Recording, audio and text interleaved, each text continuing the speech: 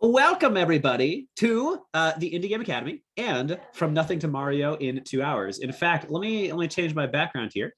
Blaine, you can go ahead and unmute yourself and ask a question, or you can post it in the chat. Let me change my background here though, because we can't be doing this without a fancy background, right? Here we go. So this is From Nothing to Mario in 2 hours. This is one of our introductory classes. The whole point of this thing is to get you over the hump of understanding how video games are made. Because I guarantee if you guys have not built a video game before, I guarantee that the first moment you see a cool thing moving on the screen, you see Mario moving on the screen, a whole new world opens up and you can suddenly become true game developers and game creatives. So we have a couple of people in the room now. I'm going to go over the base rules again. Base rules are number one, first and foremost, respect each other and try to be kind. Inevitably, in these kinds of situations, there's going to be people who are more advanced and people who are less advanced. If you are more advanced, please be patient. If you are less advanced, please ask questions. We want to service everybody in this space. We are assuming that you have little to no Unity knowledge and little to no engineering knowledge. So we're really going to start from the ground up. We are going to get you a fully functional version of Mario. Let me even show you what it looks like. That is a little bare bones for sure, but totally functional. So here is Unity. We'll get to this in a second, but just to show you what we're going to be building today. This is Mario. Let me maximize this guy too. Here we go. So you're going to be building something very equivalent to this with some of your own twists and flares. We have a character that can move around. You can see he is not animated. We're not going to cover that in 2 hours. We can only get to so much in 2 hours, but he does turn back and forth. He can jump. He can collect coins. He can die if he runs into an enemy. Let me restart because currently there's no restart button. And he can win the game if he gets to that flag without dying. Yeah. Wow. Wowie zowie. So this is what we're going to be building today. This From Nothing to Something in 2 hours class structure that we've created here sort of like gives you hopefully just enough to get going, but really doesn't go too in depth. So for instance, we're going to write 2 scripts today together, but the rest of the scripts are actually pre-written for you. The hope is that you're going to understand how scripts work so that you can go back to those other scripts later and really dive into them, maybe play with them, maybe edit them. But until then, it's just a lot to try to build all at once. So we give you a couple of scripts ahead of time. Now, base rules, besides the fact that we're going to be building Mario today and that we should treat each other well and respect each other and be patient, is if you are comfortable and have the capability, turn on your webcam for me so that I can look at your faces, feel a little bit more connected. We can have more community space. And then also, more importantly, so that I can tell if you need help, because it helps a lot if I can see someone going, what is happening, so that I pause and help you out. For muting, for talking, you can turn on your microphone. Feel free to turn it on to ask questions. But unless you are currently asking a question or engaging with me, we're talking about something, please keep yourself muted so that I don't, hear the dog barking in the background or whatever. I will keep my eye on the chat and on the participants list for anyone who joins a little bit late. But if I'm missing something, somebody be an advocate. Turn on your mic for a second and let me know that I'm, not responding to somebody in chat or somebody is waiting to get let in. Otherwise, let's actually get started building Mario. Now, before we get there, we got to do a little bit of setup. So first of all, if you haven't already downloaded Unity, it is very important. I'm going to send the link one more time for anyone who joined late. Unity is quite a substantial download, so it will take some time if you don't already have it downloaded. So make sure that is the first thing you do. Let me get that link again. If I can find it, where did it go? Hold on here. Technical difficulties, here we go. All right, so head to this link and download Unity Hub. Once you download Unity Hub, let me share my screen. I can walk us through this a little bit. I can turn off Mario for a moment. Once you download Unity Hub, you're going to be greeted with a screen that looks like this. If you have a slightly older version of Unity Hub, it will not be dark, but the controls are basically exactly the same, so don't worry too much about that. Unity Hub is a relatively recent addition to Unity. At this point, it's 4 or 5 years old, but really all it does is it manages different versions of Unity, which you can see the different versions of Unity here in the Installs tab.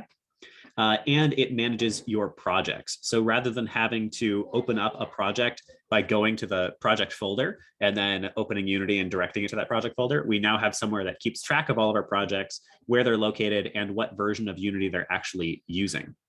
If you haven't already downloaded Unity, download Unity Hub first from the link that I just put in the chat. And let me make sure my chat is open for anyone who's got to ask questions. Here we go. Got it open. And here's Isaac a second time. Isaac, is this like a second version of you? Okay. Hold on here. Great. Got to get your faces out of the way. All right. So go ahead and download Unity Hub from the link that I sent you. And then once you download it, you may need to create an account and log in, and you may also need to manage your license. Unity requires that you have a license, but personal licenses, which I am still using myself, is totally free. The only time you're going to need to use, you're going to need to pay for Unity is if you are working for a company that makes $100,000 or more. So for right now, you're probably fine. So the personal license is totally free, but you may need to make a free account with Unity. They don't spam you or anything, so it's not a big deal. Once you have that set up, you'll be able to go to your installs, click Install Editor, and I basically always recommend, for the most part, just the most recent stable version of the game. So if you just go to official releases and download the topmost one, you can see that right now I'm up to date with that 2020.3.27 F1. If you're a little bit behind, it won't be a big deal. There will, between versions that are pretty close together, there's usually almost no differences. But if you are too far behind, or actually if you're too far ahead using the 2021 version, there may be some differences. If an option isn't available to you or something like that, just let me know and we'll figure it out with you. All right, so let's actually dive in. Once we have Unity all set up, by the way, once again, if somebody is behind, if you have a question, or if something is not working, if you can't get your license to work or something like that, let me know now. It is way more useful for me to know as soon as the problem happens than it is for me to find out in 30 minutes when you are hopelessly far behind and I have to like pause the class to try to get you caught back up. So let me know if you have any issues or any questions immediately. All right, so let's assume we all have Unity installed, which is fantastic. We can now, from here in our projects tab here, we can click New Project, which I'm actually going to be doing myself. You can actually use some of their like learning projects if you want, but you don't need to use any of these templates. You can just say, we don't want these. Hold on. This is actually, we don't want templates, we just want core. Okay, great. Oh, I see it started me in the learning tab. So this is actually a bit new even for me, but you can see that they have partitioned out the different sort of starting templates, starting locations that you can use for your different games. So you might want to experiment with some of these in the future after today's class. For instance, I've played with this karting micro game before, and it's pretty cool. You basically make a little version of Mario Kart or Forza or something like that. But we're just going to go to this core section, which just has our base game, which is essentially empty. So go to your core section, click on the 2D core. And then here in the bottom right, you can name your game whatever you want. I'm going to name it Mario with Icoso. And then you can put it wherever you want. This is once again up to you, but I like to have one folder where sort of all of my game projects go. I call it my workspace. It's pretty common terminology. So I'm going to select that folder and then hit create project. Now, if you have already created a fresh project, this will be a lot faster for you. You will already have Unity open. Congratulations. You are way out in front. You are way ahead. For me, since I'm making a new project here, I wanted to show you that it can take some time, but as long as you're patient, we'll get into Unity a-okay. One of the, I still recommend Unity as the place for people to start when they're making games. There's a reason that the Indie Game Academy still teaches using Unity. However, one of its drawbacks is that it is quite beefy. So it does take some time for things to load, to create new projects and things like that. All right. So because I had my game window maximized, I had a different view than you probably had. This is probably what your version of Unity looks like when you first enter it. So Unity is what's called an IDE. An IDE. Can anybody tell me what an IDE is? Your first tech term. You're going to impress all the people in the interviews with the term IDE. What is an IDE? Drop in chat, unmute yourself. Anybody know? Something engine, says Lobo. Almost. Integrated development environment. Heck yeah, Blaine. I don't know if you Googled it, if you actually knew it. Congratulations, though. So an IDE is an integrated development environment. So back in the olden days, which really isn't that long ago, I've been making games for 13 years now. And in my time, just under 13 years ago, I was making games not in an IDE. Oh, I see. Awesome. Yeah, actually, that's a great question. So can I get a general sense of how well experienced everybody is in engineering and in Unity?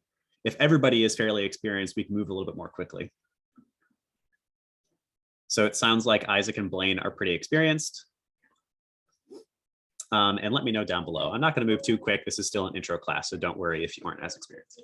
So yes, back in the olden days, we had to make games using mostly just text files and images, et cetera, but we were basically manipulating like the actual Finder folder or File Explorer folder and coding inside of there. That was functional, but a bit of a pain in the butt. This is instead starting our first position soon with Net C# after bootcamp. Nice, congratulations, guys. So some of the studying game development haven't coded, made anything yet. Great. Okay, so we'll make sure to still cover the basics. But for Lobo and Isaac, you will definitely be a little bit more experienced for this class. So if you could be sort of our go-to question answering students, that would be lovely. For everybody else, we'll still make sure that we cover the basics.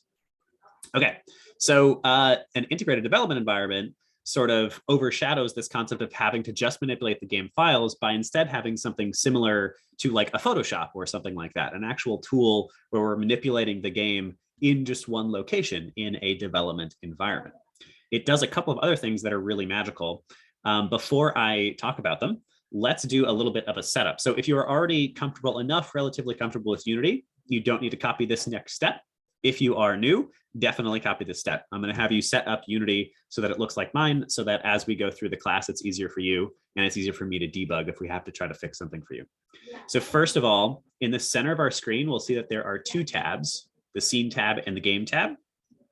The Scene tab and the Game tab, it works like this if we have both of them or we have to click between them, but it's way more user-friendly if we have both visible at the same time. So I'm going to click and drag. I can actually manipulate how Unity shows all of these tabs. I'm going to click and drag the Game tab until it's kind of the middle center so that I can see both the scene and the game at the same time. So I literally just clicked and dragged this. We can see it started here, right? Scene, game, same tab.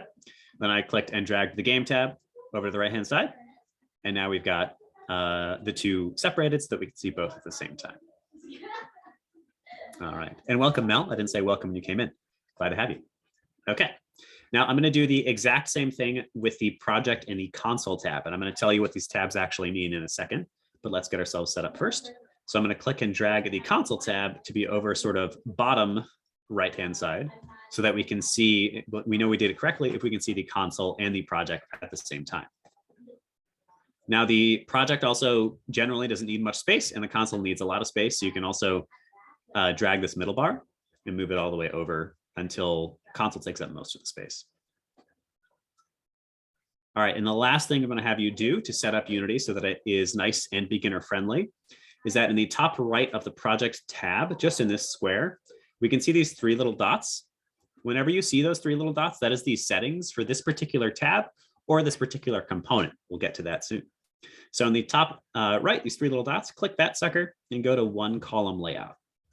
This is more similar to Finder or File Explorer. You can see that all of my files are now listed, whereas before in the two column layout, I click on a folder. This is more similar to like Adobe Premiere, if you are familiar with that or if you use that. And it shows me in a separate window the contents of the folder. If you like that, you could do it. I personally much prefer the one column layout. So go ahead and switch to one column. And here's Trevor. Hey, Trevor's an old student of ours. All righty. So that is the Unity setup. We are now going to talk about basically what each of these tabs actually does. So, hey, Trevor, welcome. What's up? What's up, dude? Trevor is a student of ours. Yay. Are you allowed to turn on your camera? I can. Do you want me to? Yeah, sure. That'd be great. I'm just curious about, we've been changing security settings lately, guys. So I wasn't sure if people were allowed to. Great, awesome. Hi, Trevor, welcome. Are you gonna make a Mario game with us today? You know, I'm gonna watch you because I tried making my own Mario game before and I was successful, but there was a lot of stuff that went into it. So I wanted Got to it. A see little what you did to refresher. see if there's anything different. Fantastic. Yeah. I'm Always turning good. off my camera though because I'm also going to be doing homework at the same time. That's totally fine. Repetition is the key to learning. All right, so let's talk about what each of these tabs actually does. So there are a total of, let's see, 1, 2, 3, 4, 5, 6 core tabs. There are plenty of others in our window. We can see that there are a whole heck of a ton. But for now, these are the 6 we're going to use for today's lesson. In the top left, we're going to start there. This is called the hierarchy. So Unity is laid out into what we call scenes. A single scene can, for the most part, be thought of like a single level.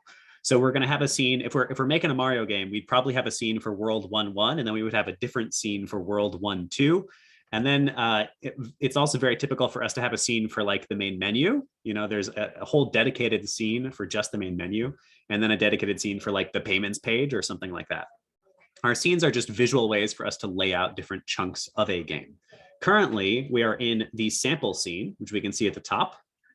And our sample scene currently has one thing inside of it. Can anybody tell me what one thing we have inside of our scene? I take some inspiration from Blue's Clues, so indulge me. What one object do we currently have in our scene? Camera! Good job, Isaac. Claps for you.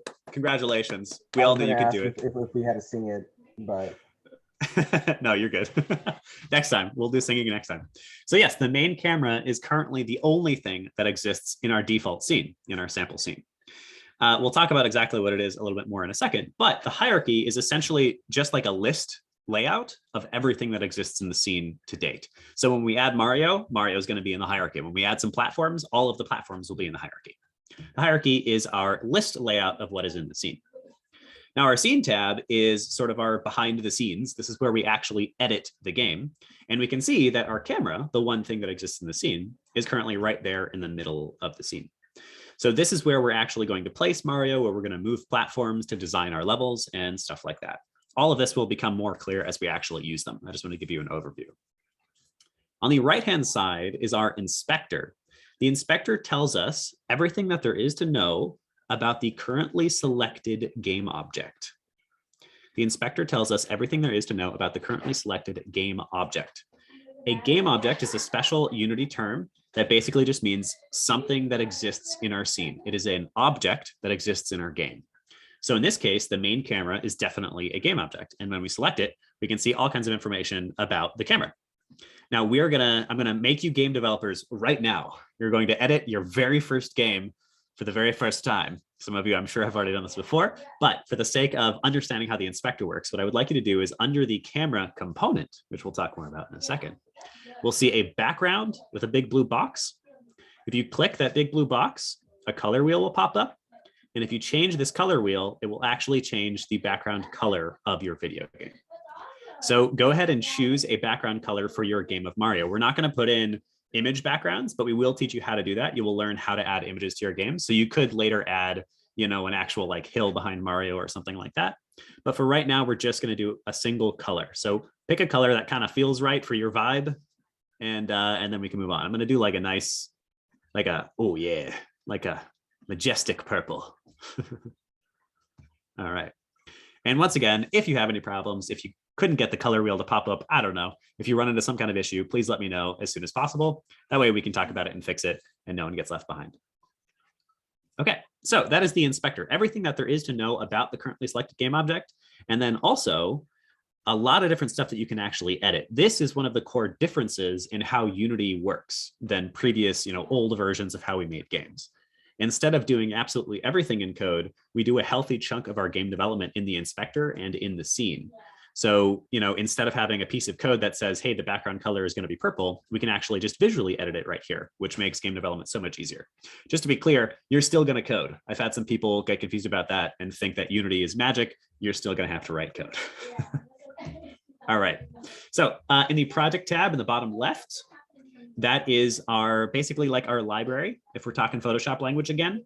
So this is everything that we have access to build our game. So when we add images and sounds and stuff like that, it's going to live in our project up until we actually use them in the current scene. And then the console tab here in the bottom is kind of like our warning lights. If you are already an engineer, you know what a console is. If you aren't already an engineer, this is kind of like where the computer communicates with you, the developer. Your players, the people who play your game, will not actually see this once you export your game. This is only for you as a developer. So you can get error messages and stuff like that. So like I said, this is sort of your warning system to tell you what's up with your game and if you need to fix something. All right, so the only tab that I haven't talked about yet is our game tab. Can anybody guess what the game tab does? What does the game tab do? Actually view the game. Lobo, congratulations. Yes. So the game tab is another sort of, not really an innovation, but pretty powerful to do it the way that they do it with Unity. This is a simulator or an emulator. This is the place that you actually play your game, which will once again become a little bit more evident as our game becomes more than just a static camera. But this is where you will actually literally run your game and test it until you put it on a device, until you put it on your phone or onto a Switch or whatever. So this is sort of our testing ground, and this is what the player actually experiences. So right now, when we hit play, our players just see a purple screen, but we'll get a little bit more advanced right now. Okay, so that is all of the tabs in Unity and what they all do in a general way. The next thing to talk about is actually creating something and talking about our tools here. So let's make a sprite. We're going to make a square that will eventually become a platform for our player to land on. So in the top left of the hierarchy, there's this plus button. You can click that, go down to 2D object, and you'll see that there's a couple options in here. Go to sprites, and you'll see there's a couple options in here, and click on square. Now, if you have a pretty old version of Unity, the sprites will just say sprite, and there won't be extra options here. If that's the case, you can still just click sprite. But I'm going to click square here, and we'll see that a white square appears in my game. Let me know if anybody has any problems with that. All right, so we got this white square here that's eventually going to be a platform. But before we do that, we're going to talk about the different tools that we have in the top left of Unity to actually manipulate game objects in our game. So now we'll learn how to actually like create a level or something like that. So all the way on the left-hand side, in the top left here, these are the tools that we're talking about. All the way on the left-hand side is our hand tool. The hand tool is very typical. It allows us to drag ourselves around the scene. So if we have a big level, it's going to wind up, way off on the side here, and we'll need the hand tool to drag over to see the sections of the level that we want to edit. A hot tip for you though, if you click the next tool, so this is the move tool, even if you have another tool selected, you can always right click to get the hand tool for a moment. So for the most part, until you start manipulating 3D games, you won't really need the hand tool by itself. You can just right click to drag even when you have a different tool selected. All right, move tool. If we click on our square with the move tool selected, we can see that this has two arrows sticking out of it, and it's kind of hard to see because it's a white square, but there's also sort of a box in the middle of the two arrows. So these two arrows move our square along one axis or the other. So this is moving us along the y-axis. This is moving us along the x-axis. And if we click that little square in between, it allows us to move along both at once. So just drag it wherever we want. All right, next is our rotate tool. The rotate tool creates these circles here. And if we click and drag the blue circle, this actually rotates us along our z-axis, which is a little counterintuitive, but we'll talk about in a second. And then if we click and drag along the red circle here, it rotates us along our x-axis, and it starts to look really weird really fast. And then if we rotate here on the green circle, this is along our y-axis. Now, can anybody tell me why it sure looks like I'm currently working on a 3D game? Why this square looks like it's 3D? It's a flat square, but it looks like it exists in 3D space. Can anybody tell me why? This is a fun Unity fact. It's fake 2D. Lobo knows. Lobo has worked with Unity before. Yeah, so here's the fact. And this is actually fairly important. And there will be a couple of moments that I point this out again. Unity was built for 3D games first. That was actually sort of part of their original value proposition. They were like, we want to give you an engine in order to make amazing 3D games. And then a lot of people started using it for 2D games. And so they added 2D support later. So our 2D game is actually in 3D. What the heck? So this little toggle here in the top of the scene tab, if you click this toggle, you'll switch between a 2D and a 3D view. And in your 3D view, you can very clearly see that our square is actually in 3 dimensions. But you'll see that when I drag the square further or closer to the camera, it doesn't affect the size of the square like we would expect. You know, if we're really far away from something in a 3D world, that thing should be very small, right? The reason for this is because our main camera, if we click on the main camera and go down to here, the projection, our camera is what's called orthographic, which basically just means exactly what I said. Instead of, if we switch to perspective here, instead of changing the size of an object based upon how far away it is, we can look in the game to see what our player would see. An orthographic camera completely ignores depth and just makes everything the same size, just makes it its real size. So we're actually building kind of a 3D game, and we're just using this 3D engine in a 2D game. So there will be a couple moments where that matters. The first one is why the heck we're allowed to rotate in 3 dimensions, but we will point out some others as we get there. Not as important for now. All you got to know for now is that when you want to rotate something in the way that you would expect for a 3D game, just use that blue arrow, which is our Z axis. All right. The next one is our scale tool. The scale tool kind of does the same thing as the move tool, except that it scales us along one axis, the other, or all axes at once. Then we have our rect tool. This is probably the tool that I use the most, and that's because it's like kind of multi-purpose. This works similar to a Photoshop or a Microsoft Word, like exactly what you would expect to resize images. So you can see that it has corners that I can click and drag. I can drag just one axis or the other. It's behaving a little weird right now because it's all rotated in 3D. We can fix that in a second. And then this is one of the reasons that I really like it. Oh, you can also rotate just along the Z-axis by keeping your mouse kind of away from the corner. And then if you click on the image itself, I can actually click and drag it. So the rect tool for me is sort of the perfect level of like complexity, but usability. So the rect tool is what I use the most.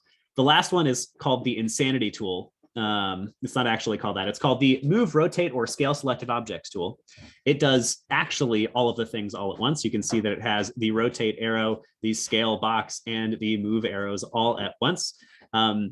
If you like that, use it. I personally don't, because it just feels like too much.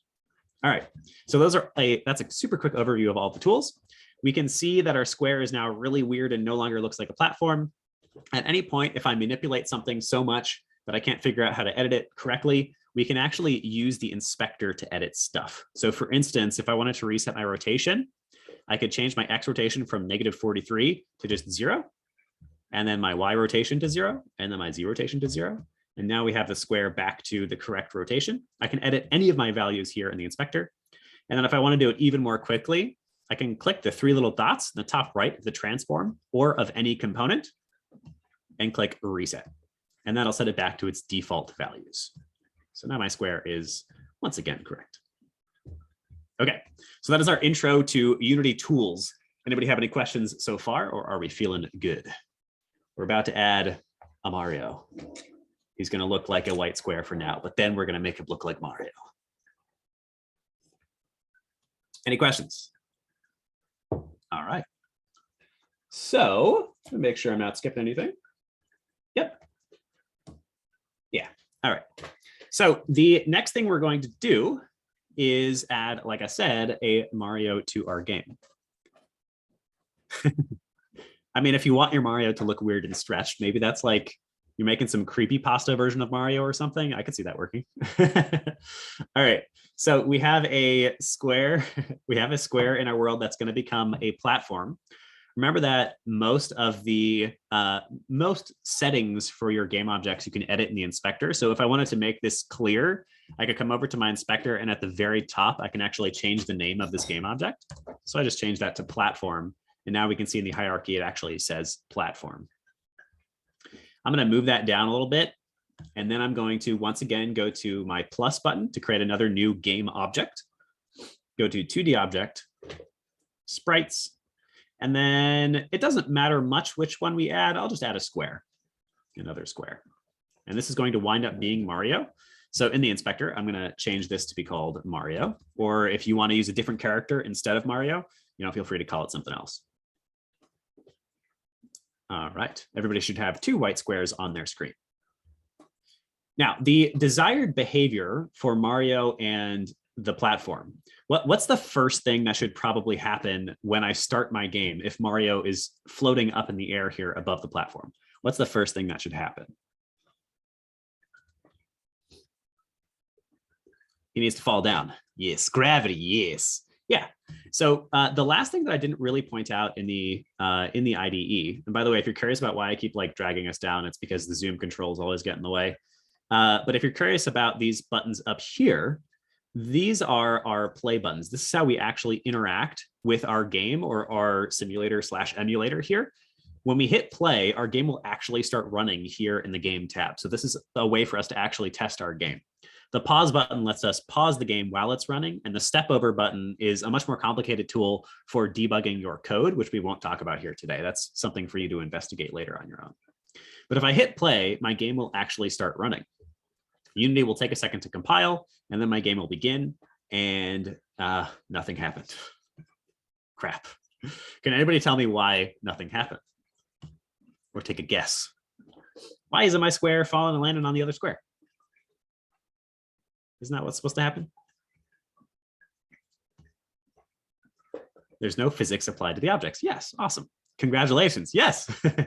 Lobo and Blaine, you are rocking it. Yeah, so Unity isn't going to do anything without us telling it that we want it to do it, right? Unity has no idea that we want this thing to be a platform and we want this thing to be Mario. So why would it assume otherwise? So we have to actually tell Unity that we want these things to have physics applied to it. So on Mario, I want you to click Mario, and we're going to add a component. So click Add Component here, click on Mario, make sure you have Mario selected, come over to the inspector, and then towards the middle bottom of the inspector, click Add Component, and then go ahead and search for Rigid Body 2D. Now, given what I told you about the fact that this is actually a 3D game, what do you think this rigid body is? This is a rigid body 2D, and then there's a rigid body. What do you think that is? Yep, that is the 3D rigid body. So don't click it or weird stuff will happen, and I can't guarantee your safety. Whenever we see two versions of the same component where one is labeled as 2D, it is generally safe to assume that the other one is 3D. You always want to use the appropriate one for your game. In this case, we're making a 2D game. So click rigid body 2D. Now that's actually it. We just added physics to our game. By the way, if you're curious why this is called rigid body and not like physics or something, there is a concept called a soft body, which is a mesh or an object that is able to manipulate, get squished around. This is a rigid body, so it'll stay in shape, but it will still have physics applied to it. So if we now click play, if I move all of your faces out of the way, there we go. And move the zoom controls out of the way, there we go. If I now hit play, our white block Mario will fall, but still does not land on the platform. Dang it. So we successfully added physics, but we're still missing something. What are we missing? Squish around me, like for animation. Yeah, so Lobo, to answer that question really quickly, a soft body is something that its actual mesh can be manipulated, which is maybe a term that is above your head right now.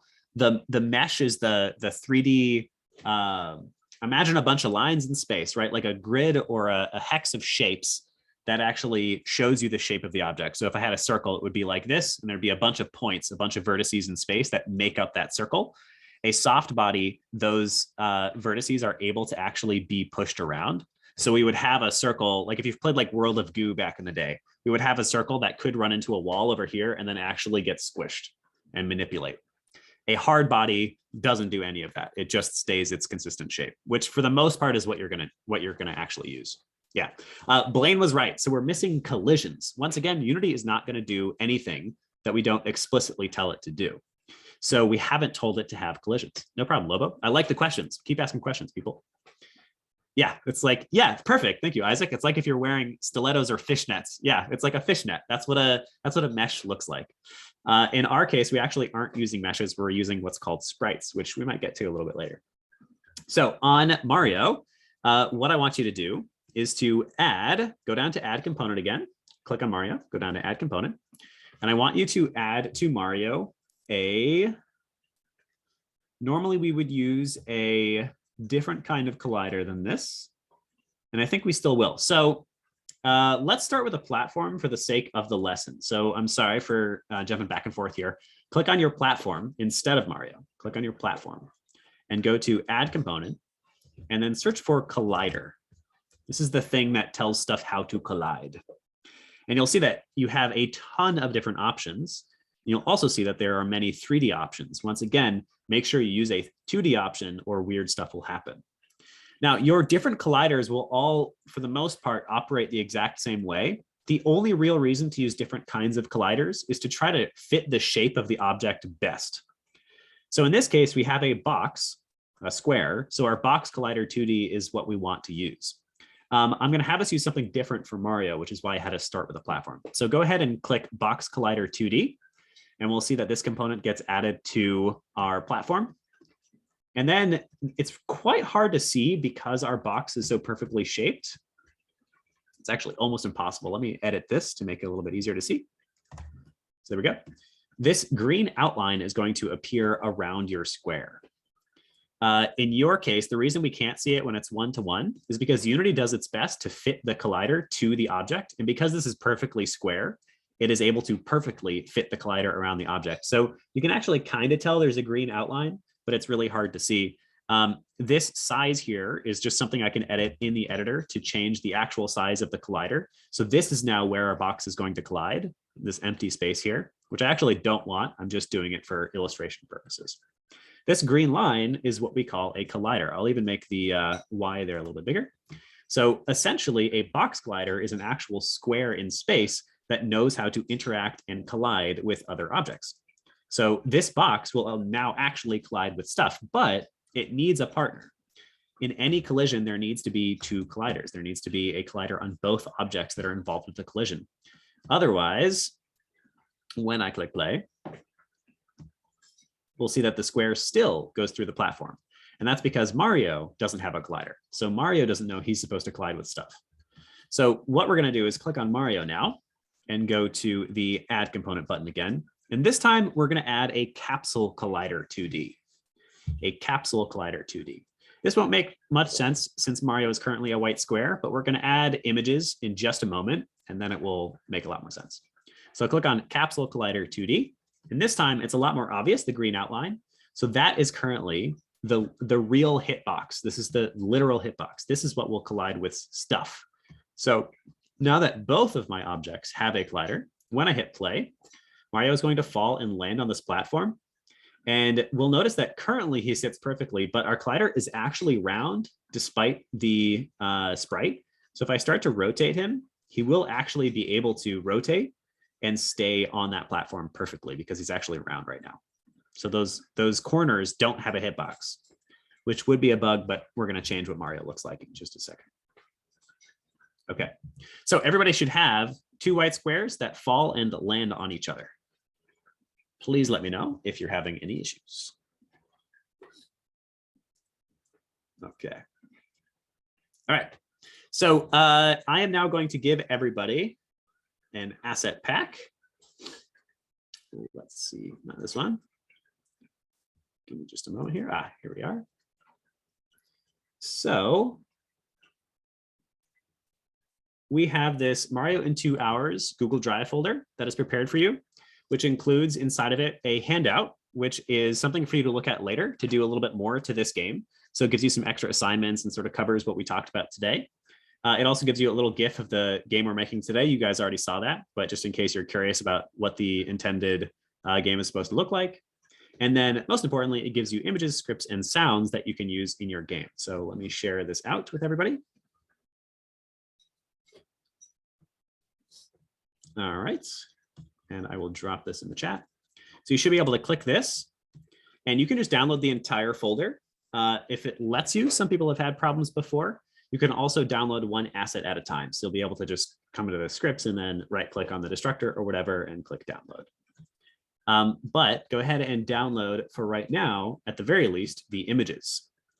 You're going to want Mario and the brick for right now. So I'm going to go ahead and download the whole thing. I don't have it recently downloaded myself.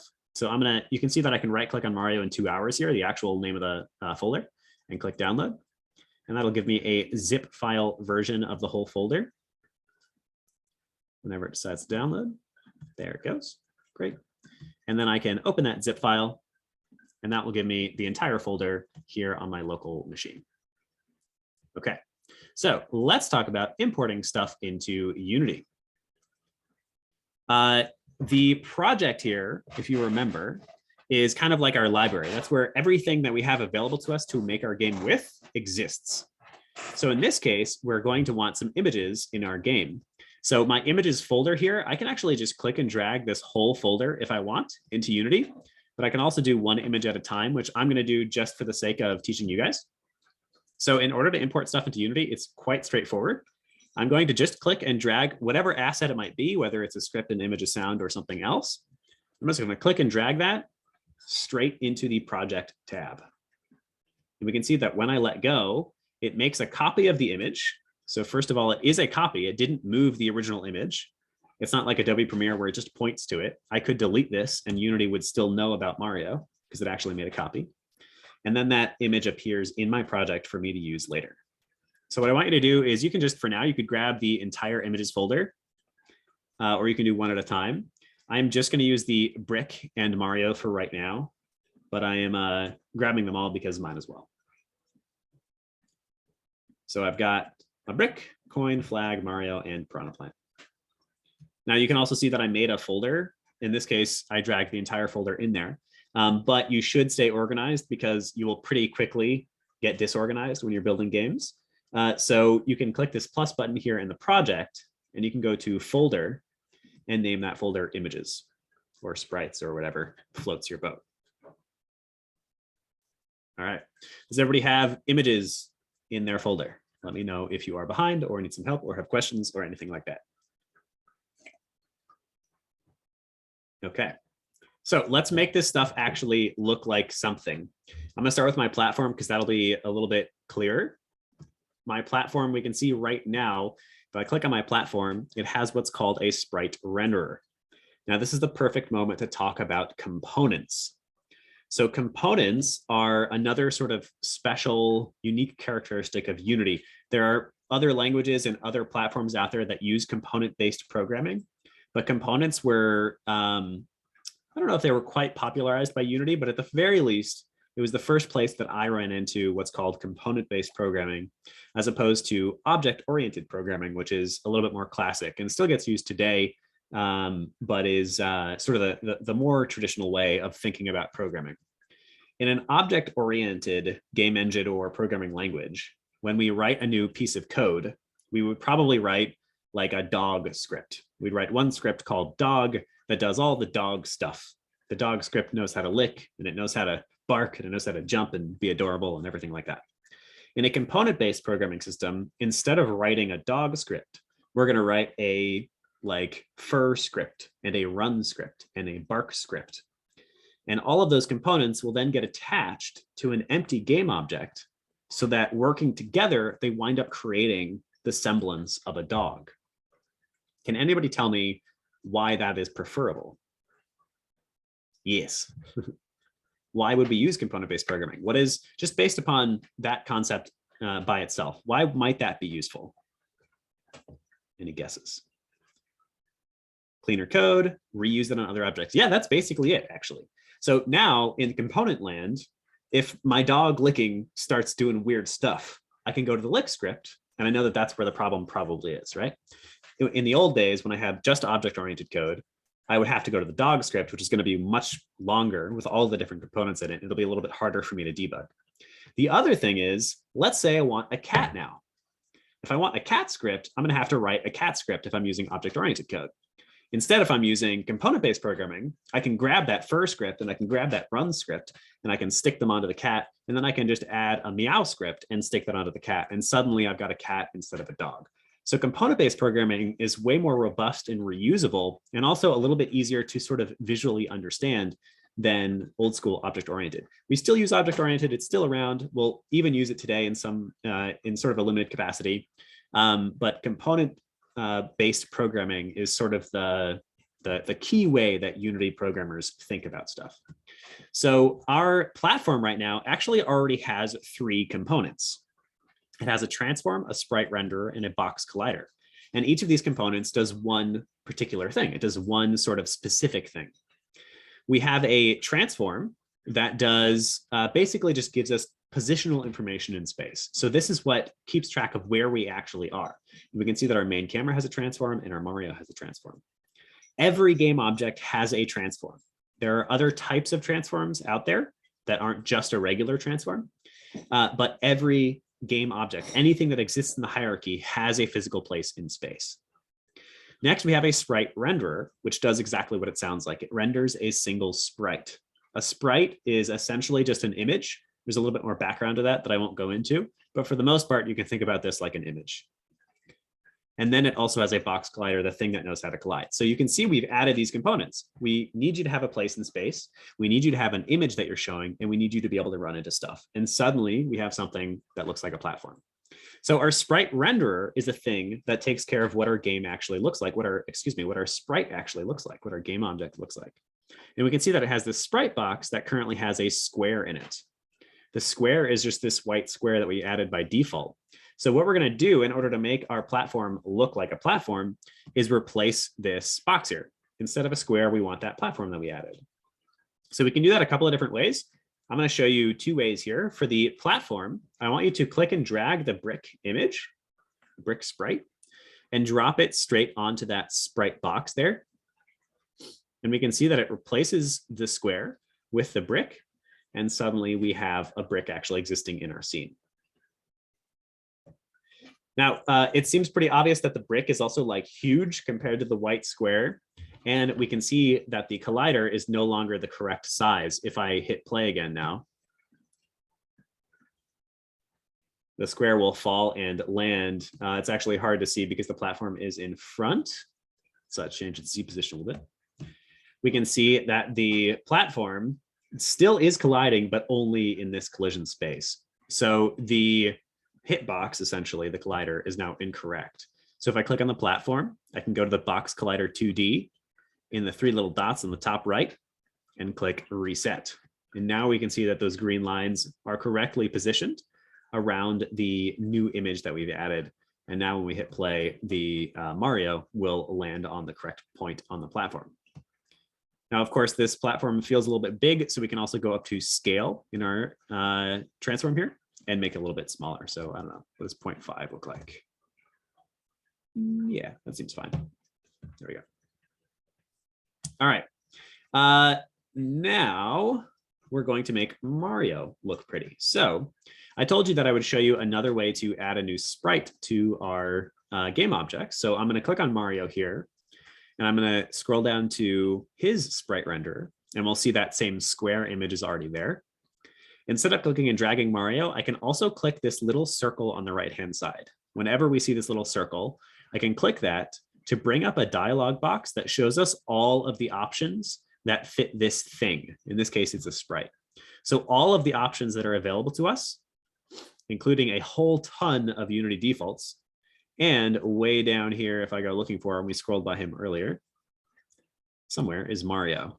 Now this is where searching really helps. So I could just type Mario, and now I found him. And it looks like Mario is super freaking massive, but he is now attached. I can do the same treatment I did before. I can reset our capsule collider for this new image. So now it's a little bit better about positioning itself around him. We can see that there's a lot of white space now. So remember that this is actually where Mario will collide. So there's this big chunk of empty space that will collide and make our game look a little bit weird. So I can play with that by changing the size of our capsule collider in the inspector. If I scroll down to capsule collider, we can see size here, X and Y. And I can change the X, which is the left and right, to be a little smaller. Yeah, maybe a 5. Still installing, says Blaine. Admin privs. Dang. Well, Blaine will be sending out the recording, so you can always catch up too. Bummer that you don't have it installed. There's always at least one person that had some kind of an issue. Unity is a little bit of a bear. Okay, but we can see that I changed the capsule collider size, so now it is a little bit better compared to Mario, but Mario is also still gargantuan, so we might want to make him smaller, maybe 0.25. Does that feel about right? Yeah, it seems right. Now we have appropriately sized Mario. And now when I hit play, Mario falls and lands on the platform. Now Mario is still floating a little bit. 2020.1. You should be, okay, great. I'm glad that you're caught up. Even if you're using a slightly older version like that, you're probably still going to be fine. There might be one or two things that are different between us. But for the most part, Unity doesn't change enough stuff like drastically, so you're not going to be able to follow the lesson. So if anyone is behind, don't worry about it. So we can see that Mario did fall and land on the platform, but he's kind of floating a little bit. And that's just because our collider is sticking out past the image. So we might even play with the collider here. Right now, the height is 8.49. If it's just 8, that seems a little bit closer, maybe even smaller than that, 7.4, 7.7. 7.5 actually feels the closest.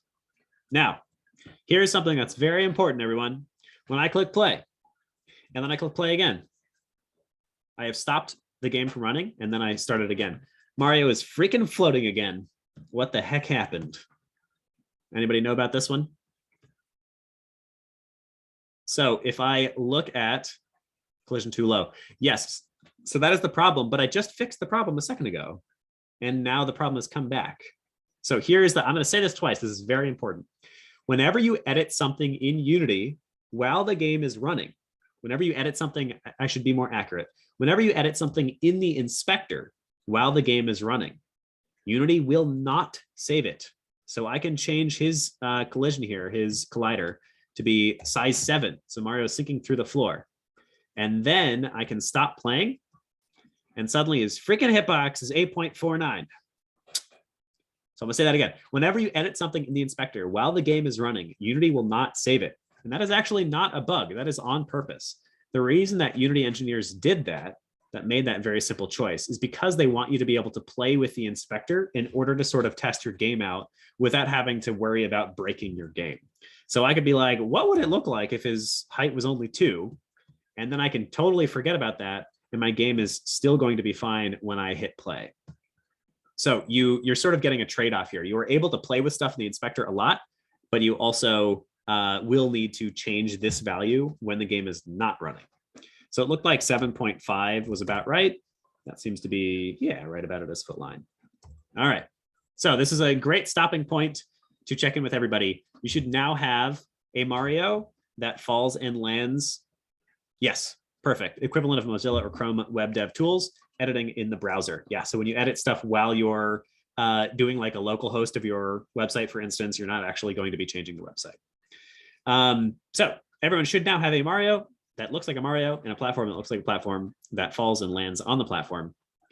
And that should be it. That should be your game so far. Does everybody have that? Please let me know if you don't. I'm gonna call out names. Let's see. I know that Blaine is a little behind, and Isaac might be a little bit behind. Isaac is good. Lobo, are you good? Fantastic. Olivia, are you good? Fantastic. Trevor, I know that you're not quite following along, so I'm going to ignore you. Hopefully you're still doing well. Mel, are you good? All right. Hopefully Mel is doing great too. Lobo, Mel is loosely following too. Perfect. Okay. So we have a Mario that falls and lands. We can now actually do some coding. Da-na-na. Yes. Before that, we'll do a little bit of something. So we're about to add the code to make Mario actually move around. And this is a pretty small space for him to move around in. So something for you to do now is just duplicate a couple of these platforms. I can click on them and hit Command D if I'm on a Mac, or Control D if I'm on a PC. I can also copy and paste. And you can look up later, extra homework for you, you can look up later something called a prefab, which will help you make a lot of the same stuff over and over again. But for now, we're just going to copy and paste. So make yourself a little tiny level, just like copy and paste a couple of these platforms, because we're about to make it so that Mario can actually move and jump. That's all I'm going to do, just to duplicate a couple of these platforms. And our game runs fine. Mario falls and lands. Okay, don't get too in the weeds with that. You can always make your game actually pretty, make an intriguing, fascinating level later when we're not learning new stuff.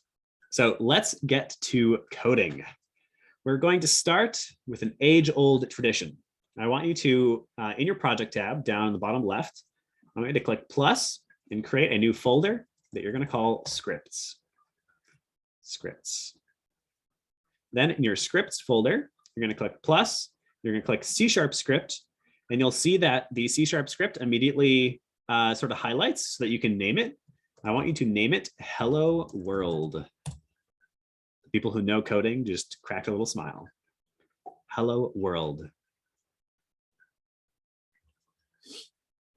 And now here is where I might lose some of you. We'll see. You should now be able to double click on Hello World, and your default script editor will now open up. Mine is actually not opening. There it goes. Just taking a second. In my case, I use Visual Studio, which is just the built-in, that's like the default for Unity. Excuse me while I get my tabs in order. And this is the one that I still use, and I actually prefer it. It does a great job of hooking up into Unity and giving you some default tools that other code editors don't have. But you can use any code editor that you are comfortable with if you are already comfortable with one of them. I happen to like Sublime Text 2, for instance, Sublime Text 3 as well. But anything that edits code works here. So, you could even use TextEdit, although you will hate it pretty quickly. So if you don't have a code editor, Visual Studio is the one that I recommend for Unity. Now, if you double clicked, should we mention the camera display for the screen ratio? Lobo, I'm not sure what you're saying. Ask the question in a slightly different way so that I can understand what you're asking. So if you double click your script and something doesn't open, in this case, Visual Studio opened for me, let me know and we will problem solve with you. For everybody else, yes. So people can pick the camera size. So what Lobo is asking is actually one of the biggest pains in the butt when you're making video games. And that's that you don't know what size of screen, for the most part, games are going to come in on. This is most challenging, I find, in mobile, because there are just so many different mobile sizes. And on console, for instance, a lot of the time your resolution is going to be similar. So you might have, one phone like the iPhone X that's super freaking tall like this. And then you might have another phone that's like a Samsung or something that's a little bit fatter. But basically, you don't know exactly what your game is going to look like. Unity does a couple of things to try to make this easier for you. Right now, we are currently in free aspect. On the top of the screen, you can see this button that says free aspect, which allows us to manipulate the size of the camera, and it'll just kind of form itself to that size. But if you wanted to make a game for some specific type of layout, so for just the iPhone 5 or something like that, or you wanted to see your game as an iPhone 5, you can click plus and add a fixed resolution or an aspect ratio of your choice. So for instance, I could switch to 16:9, which is a pretty classic like Steam game layout, and see your game that way. When I'm developing, I usually am just in free aspect because for the most part, this will allow you to test your game. Okay, so if anyone did not have a code editor open up, let me know. We'll try to fix it. If you did have a code editor open up, fantastic. We can get to, I can't move the chat with me. There it is. We can get to Hello World. So I'm going to do a very quick rudimentary introduction to like code in general, and then we're going to actually write a script that works in our game. We have about an hour left. One of the ways that this class works is we kind of cover as much as we can, and then we have all these resources available for you. So all the scripts are already written. So when we get closer to the end of class, we'll just start slapping in scripts that are already there. The intention, like I said, is just to get you over that first hump so that you can start working on your own games. All right, so this is a C# script. C# is a particular coding language. It is the coding language that Unity uses by default. C# is also my favorite coding language, but that's probably because I make so many games in Unity. So C# scripts look like this. They have a couple of key sort of elements to them. The first thing you'll see in the very top of a C# script is these using statements. For the most part, you guys don't need to worry about that right this second. A using statement is kind of like importing a library. So you're saying, hey, I want to know about using Unity Engine. I want to know about using system.collections. This is just like importing code functionality that we are allowed to use in our game. So for the most part, you don't need to worry about that yet. The one thing to know about this is if you are looking at somebody's code example and you, for instance, see that they have a text object, text example equals stuff. And you're like, Why the heck is my text red underlined? They're using text and it's working fine. Check your using statements because there are some libraries that you won't have by default. For instance, unityengine.ui. And now you can see that suddenly Unity knows what a text object is. Although I did a syntax error here. You can just ignore that for now. I'm perfect at coding and I never make mistakes. All right. So for the most part, you can ignore these. These are like importing libraries. The next line is probably the most important. So this is the declaration of the class or the script. This is us actually creating our script or our piece of code. Whenever we make a new object, I'm glad you never make mistakes, Isaac. Whenever you make a new object, which there are many types of objects, we'll cover a few in this class. For the most part, you're going to be using 3 words. You're going to use the accessibility, which means who is allowed to see or access this class. A public accessibility, which is what we're going to use for pretty much everything today, means that anybody is allowed to see or access it. Other scripts are allowed to see and access this thing. Game objects are allowed to see and access this thing. So this, until you get a little bit more advanced, you don't really need to worry about. This is who is allowed to see your script, your code. The next one is the type of object. A class is essentially a script. Those are largely interchangeable words. If somebody says that they wrote 3 classes today, they mean that they wrote 3 separate scripts today. The third is what we're going to name this object. In this case, we named our script Hello World. And the final one is another one that you really won't need to worry about for a while. This is the inheritance. So Hello World knows how to do everything that mono behavior knows how to do. It's kind of like our using statement, but more direct. This is the parent of Hello World. But you don't, once again, until you're probably like 6 months or so, maybe a little more than that, into your game development career, you're not going to use this at all. So don't worry about it so much right now. I'm going to say that a lot. And unfortunately, that kind of comes with learning code. I swear I bashed my head into the wall for like 3 years before things started clicking. All right. Now, the next thing to call out are these brackets or curly braces. These are kind of like our punctuation when we're writing code. Computers are hyper literal. If we say we want to do something, the computer is going to do exactly that and nothing else besides. So we need to make our punctuation, like periods and exclamation points in English, very literal, which is why we have brackets. Brackets always come in pairs.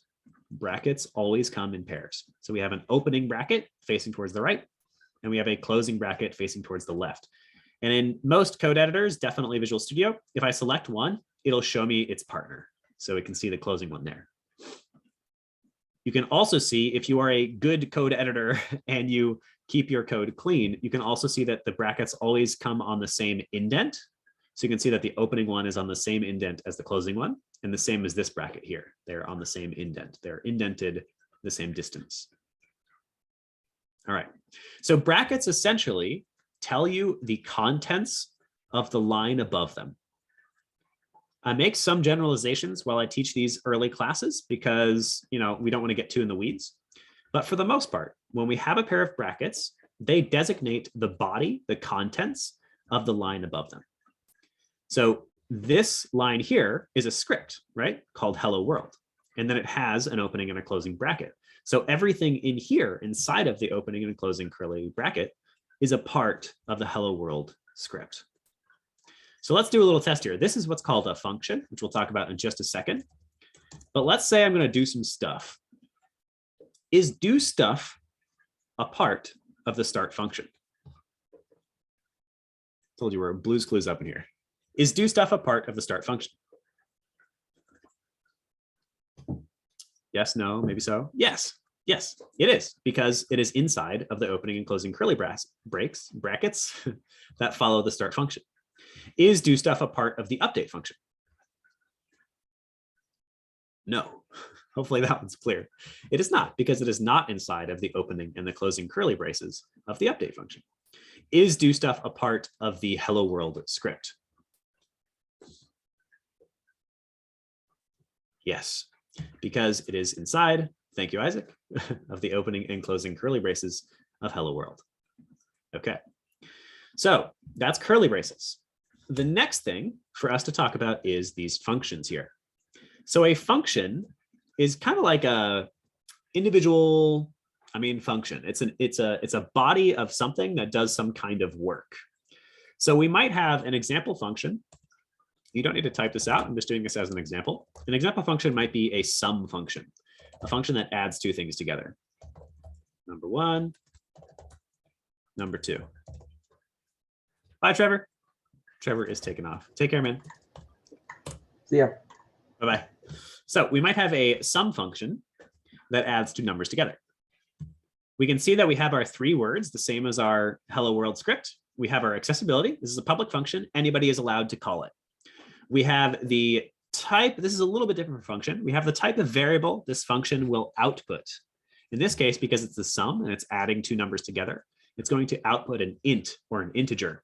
Somebody tell me what an integer is in the chat while I keep talking. And then third, we have the name. In this case, we just named it sum. Functions have parentheses that can take in parameters. Parameters are basically variables that the function somehow manipulates or does something with. In this case, I would probably just say int number one plus number two. Not quite right, Lobo, but I'm glad you guessed. Thank you for taking a shot at it. So an integer is a whole number. It is a whole number. So a integer, yes, thank you, Isaac, is a number that has no decimal points. So a 1, a 2, a 3, a 4. A 1.5 is not an integer because it has a decimal. So this is just a whole number for the most part.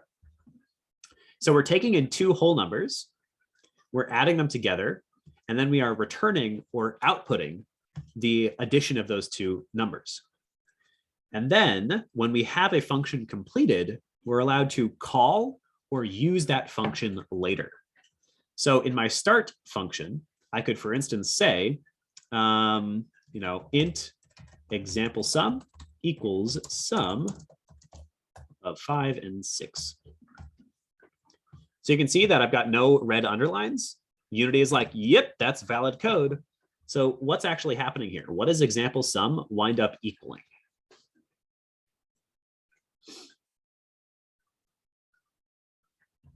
What does example sum equal? I like to ask questions so that I can sip my water and my coffee while we go. Example sum equals 11. So what's happening is example sum, we're creating a new variable, which we'll talk about in a second too, called example sum. And then we are setting it equal to this function up here. We're actually using this function. The function is taking in two numbers, two whole numbers, 5 and 6, adding them together, and then spitting it back out. So it's actually spitting out 11. Example sum winds up equaling 11. So that's a function. It's one discrete chunk of code that does one discrete action. In this case, it adds a number together. Our start function and our update function are always defaulted in our in a C# Unity script. We always have a start and an update function. We don't need them. We're allowed to delete them. That's totally fine. But it just always gives them to you by default because it's so common for you to use them. So we can see here in our comment, which is a piece of code that doesn't actually get used for anything, it says that start is called before the first frame update. That is a little confusing, but basically start happens one time when this object first exists. For the most part, start happens one time at the beginning of the game. So this example sum, one time at the beginning of the game, is going to add 5 and 6 together and wind up equaling 11.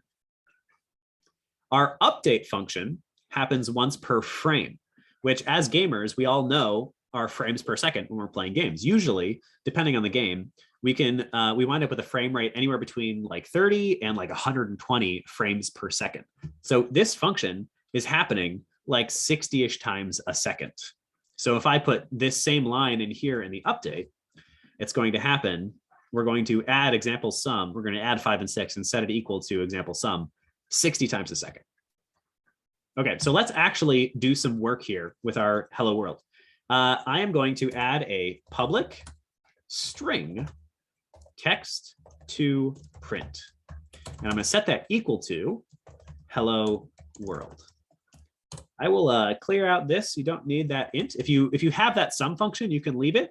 This script is just meant as an example. I don't need my update function, although let's actually use that. Let's leave that just for an example, but I will delete the inside of that. And I will delete this int as well. And I'm just going to write inside of my start function, debug.log, parentheses, quotation marks. Oh, sorry, I messed up. parentheses, text to print. That is the entire hello world script. So we deleted that sum function. We didn't need it. We emptied the start and the update function, but we do still have both of them. We created this variable, which a variable is just a single piece of sort of memory. We're keeping track of what's called a string, which can anybody tell me what a string is in the chat? I'll call you out if you get it right. And then we are setting, we're naming that string text to print, and then we're setting it equal to hello world, which I could add a space there if I wanted. String is text. Congratulations, Lobo. Yes. So string is just text. Yep. So we can see that I'm allowed to use an actual quotation marks to designate that this is text. And if I tried to just put an integer here, if I said public string text to print equals 1, Unity gets upset with me because it's like, yo, you made this a string, you made this text, you didn't make this an integer. I don't understand what you're trying to do. Remember that computers are very literal. All right. So this is what you actually want to write out. Public string text to print equals hello world. And then in our start function, we're going to write debug.log text to print. Okay. So I'm going to go to Unity now. And what this script is doing is an age-old practice. This is like super common for people who are learning new coding engines. The first thing that you do when you learn a new coding language, I should say, is that you want to type something to the console here because it's such a useful command. And also it's just sort of the first way for you to understand how an engine works. So when I hit play, what we want to have happen is hello world, that text that we wrote should appear down here, but it doesn't. Dang. So don't worry, once again, that is expected. Wow, what a roller coaster I'm taking you on today. The reason that it is not saying anything so far is because remember that in Unity, we write components. In Unity, we write components. This hello world script is a script, it is a class, but it is also a component. So in order for us to make a component do something, we have to actually attach it to something in our scene, right? So let's just attach it to our main camera. We could attach it anywhere. We could make a new object called hello world or something like that, but I'm just going to stick it on our main camera. So I'm going to select my main camera in the hierarchy. I'm going to go over to inspector. I'm going to click add component, and I'm going to search for hello world. And as long as I don't have any errors in my code, hello world will appear here, and I can click that, and we can see that this is now attached. And when I hit play now, if I can get zoom out of the way, we can see that in our console, hello world has now appeared. You are all coders. Congratulations. Okay, this is definitely a very important place to stop.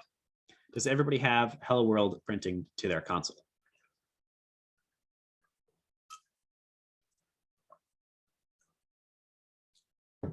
Olivia, you have it working? Blaine, Lobo, and Isaac? Awesome. Olivia kicking butt. Can you show the code again? Yes, I can, Lobo. So Lobo, are you having specific errors? I think I missed a part, no problem. So this one I actually don't have in our, like example code base, and that's because I decided to do this kind of last minute. I've taught this class plenty of times before. Okay, great. I've taught this class plenty of times before, and I don't always I don't always give you a hello world script right away because, you know, we can just as easily start writing script in the actual player controller, which is the script we're going to write as an example in our game. But I wanted to, you know, start you with something that's kind of friendly, and it's kind of gratifying to get hello world working because you can see some output of your work right away. So I don't have this in our example scripts folder, but really all you got to do is make this variable. And you actually don't even need this variable. If you did nothing else, if you just open up a completely new script, so it just says hello world, start update, you can then write in debug.log, and you can actually just type the text straight here inside of the debug.log. And then when you come into Unity, I'll have to stop playing and start playing again. The hello world will still work. The only reason to do it the other way is because now I have shown you how to add variables to your game, and you can see one of the reasons that the inspector is so awesome. So Whereas before, where we had to type inside of the script what we want it to print out to the world, now we actually have in our inspector this text to print variable as public. So anybody's allowed to see it, including the inspector. So we can type whatever we want. And now when we hit play, we can see that it will actually print out whatever we want. Okay, so we are getting towards the end of class. So let's get a custom code actually working. So in our scripts, go to your scripts folder. I'm going to click plus. I'm going to go to C# script. Go to your project, go to your scripts folder, click plus, go to C# script. And I want you to name this new script. I just did a age-old blunder. So you can see I clicked out of it before I named it. I want you to name this script player controller with an uppercase P and an uppercase C. This is what we call upper camel case, which is typically how people name pretty much any scripts or files in Unity and C#. So you can see that I named this thing player controller, uppercase P, uppercase C. And then double click that script and open it up in the inspector, in the code editor of your choice.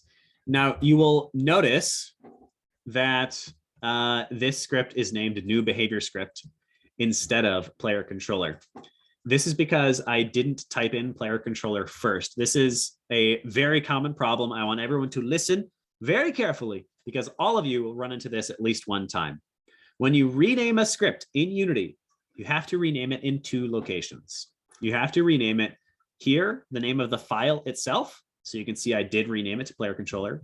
And then you have to actually open the script and rename the class. If you do not do so, it will confuse Unity and you won't be able to find your component when you try to attach it to your game objects. So I'll say that one more time. Whenever you rename a script in Unity, you have to rename it both in the project, the name of the file itself, and inside of the script. All right, so I have a blank player controller. Now, the player controller is going to do a couple of key things. The main thing that it's going to do is it's going to interact with the script that we already have written. So if we go to that download again, the resources folder that I provided for you, and we look in the scripts folder, we can see that there's all kinds of stuff in here. So there is a completed coin, a completed flag, and a completed player controller. Today, I think we're just going to wind up writing a player controller. But the reason that these are called completed is so that you can have an example of what the whole script looks like when it's done. But we're going to write the player controller ourselves. Regardless, I want you to grab this whole scripts folder, everything in here, and drop it into Unity because we're about to use the mover and the jumper. So click and drag everything in the scripts folder into Unity, and Unity will import all these scripts. And we can see that we now have a bunch of scripts at our disposal.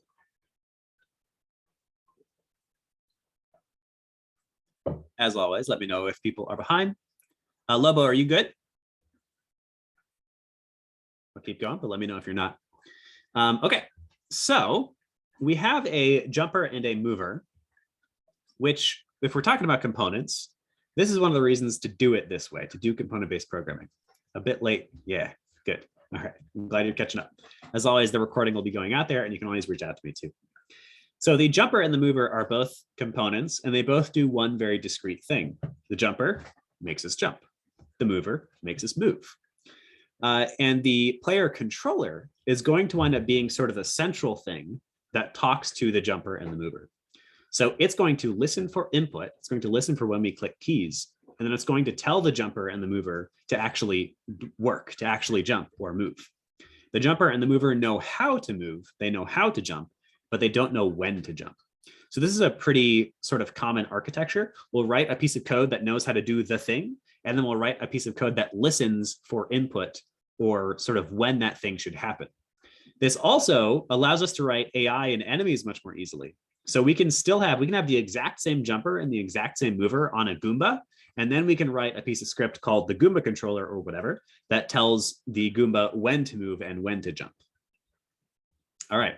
So our player controller is going to do just what I said. It's going to listen for input and tell us when to actually move and when to actually jump. So the first things that we need to add to this sucker are under the very top line there on line 6, we're going to write public mover. So this is a variable that is public, so we can access it from anywhere. It is of the type mover. So it's the type mover, the script that we just dropped in. And then we happen to name it mover with a lowercase m, which is also pretty common. If you find that confusing, feel free to name it something else, my mover or something.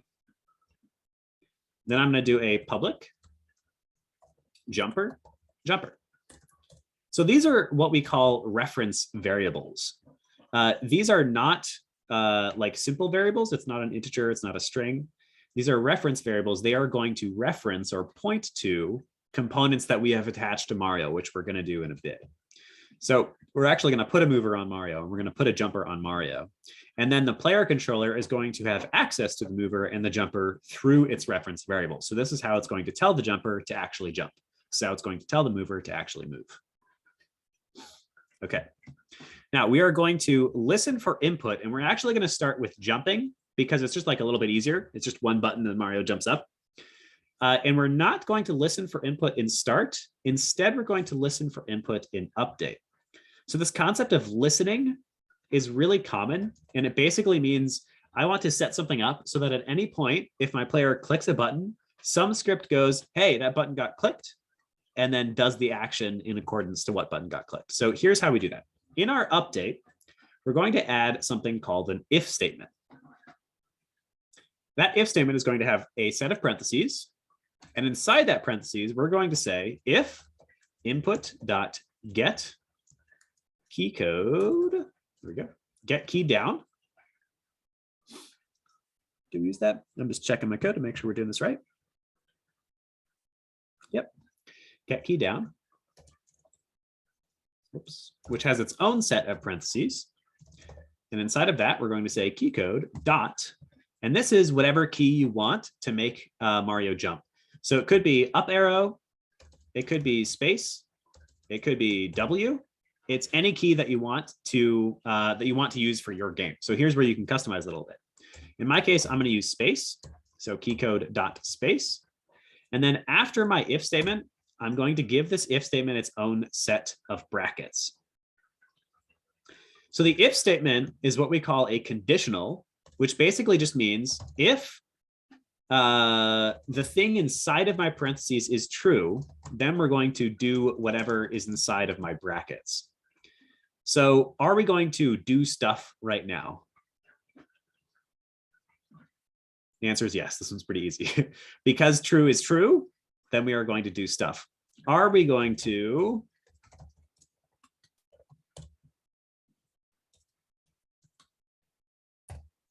do stuff now? What do you think? Are we going to do stuff now? Yes, because 5, example int equals 5, because 5 does equal 5. When we do a double equals, this is asking if two things equal each other. So if example int equals 5, we're going to do stuff. In this case, example int does equal 5. We just set it to 5. So we're going to do some stuff. Are we going to do stuff now? No. This is asking, hey, if example int is greater than 5, then we're going to do stuff. But example int is 5, which is not greater than 5, so we're not going to do stuff. That's your hyper quick intro to conditionals. So all we're saying here is, hey, if input.get key down, if we have pressed a key down, and that key happens to be the space key, then we're going to do some stuff. And in this case, what we're doing is actually super simple. All we have to do is we say jumper.jump with an uppercase J and a set of parentheses. Jumper.jump.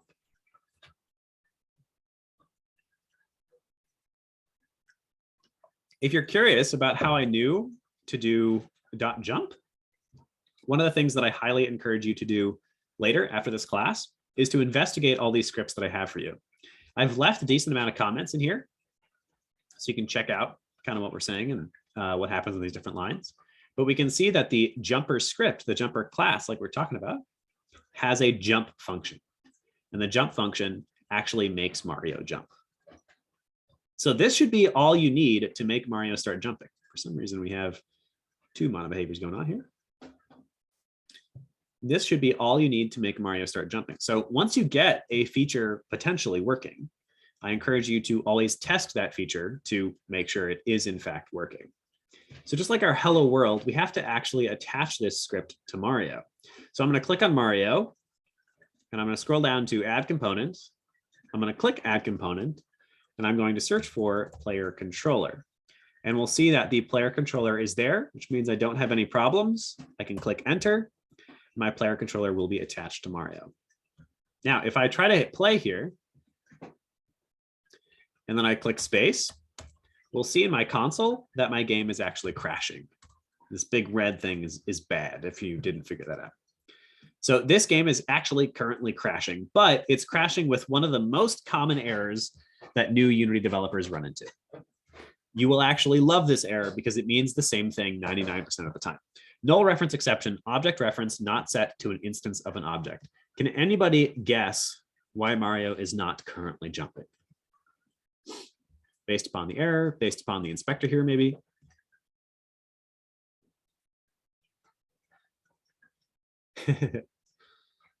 When the error code is yellow, it's okay. I discourage that. If you have yellow error messages, you should still try to figure them out because first of all, sometimes they will still cause unexpected behavior. And second of all, the more yellow somethings you have, the worse your life is going to be. Yeah, so both Lobo and Blaine nailed it.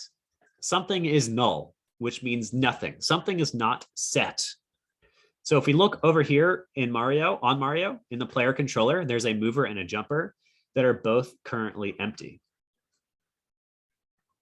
Yeah, you can ignore that. There are some, so Lobo is saying that Unity is complaining about the version of Visual Studio. You can update that later to get rid of that warning message, but for the most part, that won't cause problems. So for now, you can ignore your yellow error. So we can see though that the player controller has a mover and a jumper that are currently none. So 99% of the time, when you have something that says null reference exception, that just means that you forgot to set something in the inspector.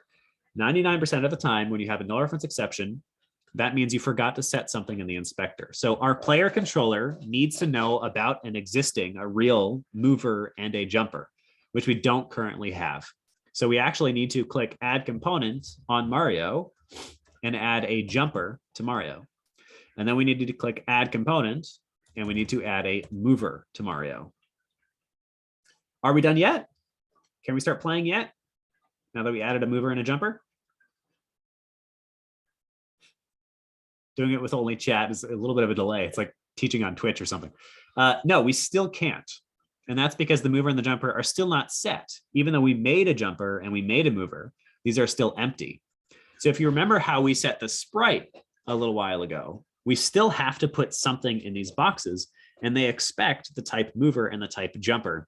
But luckily we have a mover and a jumper right here. So we can actually literally click and drag these components. You can click the top gray bar here, click and drag that straight into the jumper slot and click and drag this straight into the mover spot. And you'll see, by the way, that it says Mario mover, and that's because it's referring to the jumper and the mover that are attached to Mario, which is what you want. You want Mario's jumper to be the thing that you're controlling and not, you know, the Goomba's jumper or something. When you hit space, you want Mario to jump and not a Goomba.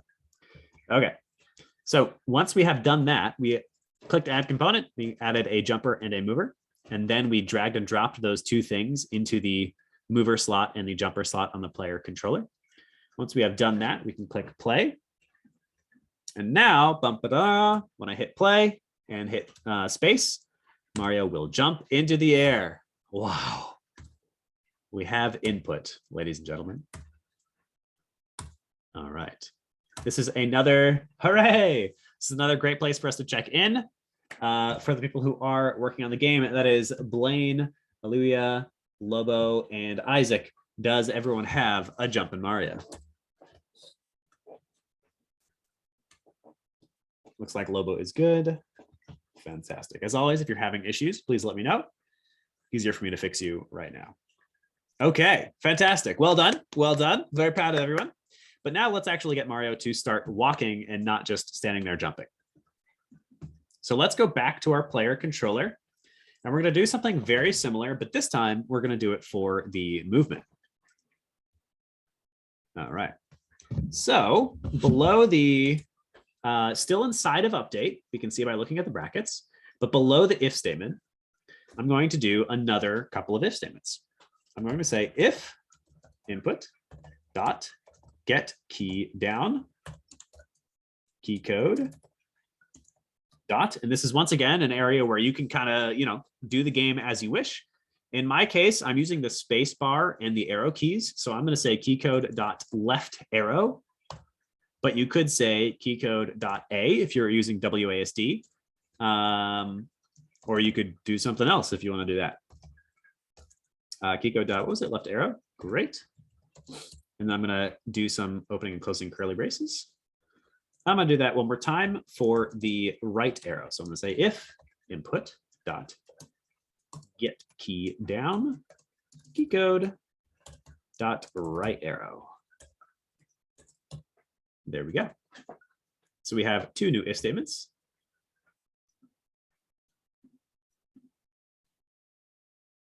Instead of falling down, he flies up. Just took off into space. Very interesting, guys. So for Blaine and Isaac, we can, so if you are, if it's like really frustrating you and you really can't figure it out, we can always pause and do a little screen share and try to get your game working by looking at your game, because usually I'll spot something that you might not spot in the inspector or something random like that. But to give you some quick help, some stuff that might be happening. First of all, this seems unlikely, but maybe your rigid body has a gravity scale, which affects how gravity affects Mario. If I hit a -1 on that gravity scale, and then I click play, I have now flipped gravity upside down, and Mario will take off, will go back to his people. So that may have somehow happened, or maybe you were playing with the rigid body. That's probably unlikely. The other thing that may have happened is you may have messed up your conditional somehow. So right now we say if input.getKey down, keycode.space, jumper.jump. But if I, for instance, didn't have the conditional and I just put jumper.jump, now every frame, so, once again, 60 or so times a second, he's going to try to jump. There's no conditional to prevent it from jumping 60 times a second. So now he is jumping to infinity. And by the way, this version of Mario will allow jumping to infinity. So even if I did have my conditional here, and then I hit play,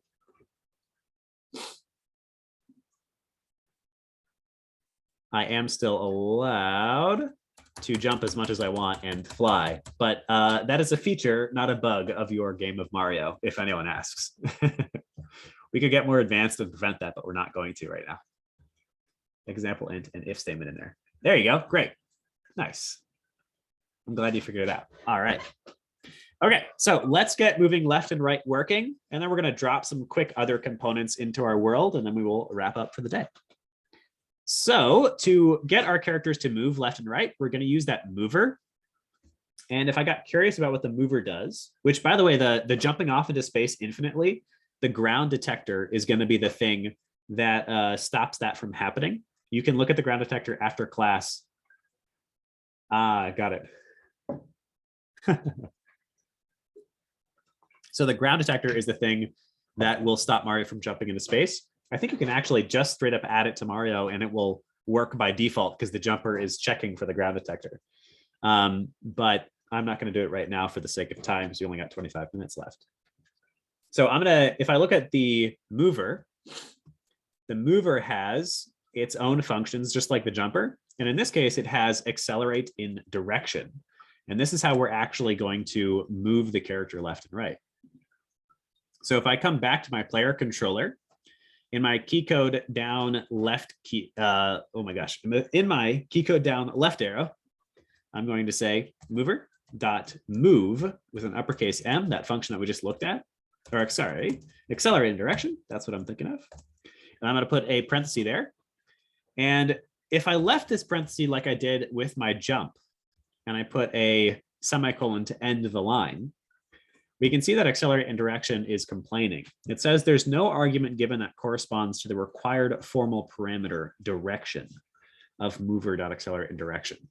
So if I look at my jumper, my jump function has no parameters. Remember our sum function had two numbers that it took in? Our jump function doesn't take in any parameters. It doesn't need to know anything special in order to jump. It just needs to know when to jump. The mover, though, needs to know what direction to move. Otherwise, what is it going to do? Should it move left? Should it move right? Should it move up? I don't know. So in order to actually pass in a direction, what we can do is we can say mover.accelerate in direction. And this is going to look a little funky, but I'll explain it. We'll say new vector2 parentheses -1, 0. That's it. Let's go ahead and copy that, and I'll explain it in a moment. While I check my code. Yep, that looks right. Mover.accelerate in direction, new vector2 -1, 0. So a vector is basically an arrow in space. So when I have let's say this is a grid, right? We got our x-axis and our y-axis. If I have a vector pointing from 0 up to 1, 1, that means, kind of hard to do, that means we have a perfect 45-degree vector. It's pointing up to 1, 1 right here. If I have a vector that's pointing just to 0, 1, or in this case, it would actually be 1, 0, that means that my point is right here, 1 on the x-axis and 0 on the y-axis, right? So that means my arrow is pointing directly to the right. So when I say new vector2 -1, 0, what I'm doing is I'm actually creating an arrow that points to the left. And then I'm passing that to accelerate in direction so that Mario moves to the left. So this should be all we need to do in order to make Mario move to the left. Let's check that before we bother with the right one. I'm going to click play here. And I should be able to drag Mario off of the platform to his doom, which does work, only he rolls. How strange. Okay, so this is actually good. This is progress. The reason that Mario is like dragging himself and turning is because if we look at Mario, his collider actually has a rounded bottom. So he is allowed to rotate along that rounded bottom. We don't want that behavior. The reason that the rounded bottom is nice is because if he runs into a little bump, his collider will sort of skirt over it and it'll be totally fine. If we had like a perfectly square collider on Mario, he might run into that little bump and get stuck on it. So for the sake of smoother transitions, the rounded bottom is nice, except for the fact that he rotates. We can fix that rotation with a little built-in tool in Unity. So if I click on Mario and I scroll down to my rigid body 2D, and then I scroll down to my constraints, rigid body 2D, click on Mario, go to rigid body 2D. This is in the inspector. Go down to constraints, and we can see this is a little drop down. Little arrow here is a drop down. We can see that there's a freeze rotation Z. And if I freeze the rotation Z, that'll make it so Mario is not allowed to rotate. So now he will not rotate to the left. Now he barely moves, and that's because he's trying to overcome friction. But you can see he just barely nudges himself to the left. He no longer rotates, which is great, but he's not moving to the left. That is still okay, and that's because our mover has an acceleration and a maximum speed like variable that we can edit. So we could change that acceleration to, I'm just sort of guessing. I'm just going to guess until it looks about right. So I'm going to change my acceleration to 20 and my maximum speed to 30. And now hopefully Mario has enough speed to overcome his friction. Let's see if it works. Still not quite. Oh, I've also messed something up a little bit here that I will point out in a moment. We can see, I guess I'll point out right now. So we can see that Mario is moving, which is great. He's moving a little bit more, but he only moves a tiny bit every time I click. And this is actually something that I messed up, but is a good example for some code for you. I'm glad it's hilarious. So the reason that he is only moving a tiny bit is because of this input method that I used. So I used get key down. What I should have used is get key. There are three options here. I can either do get key down, get key, or I can do get key up. Can anybody guess, just based upon those names, what that might mean?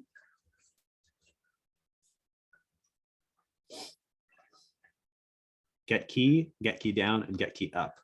What is the difference between those three functions?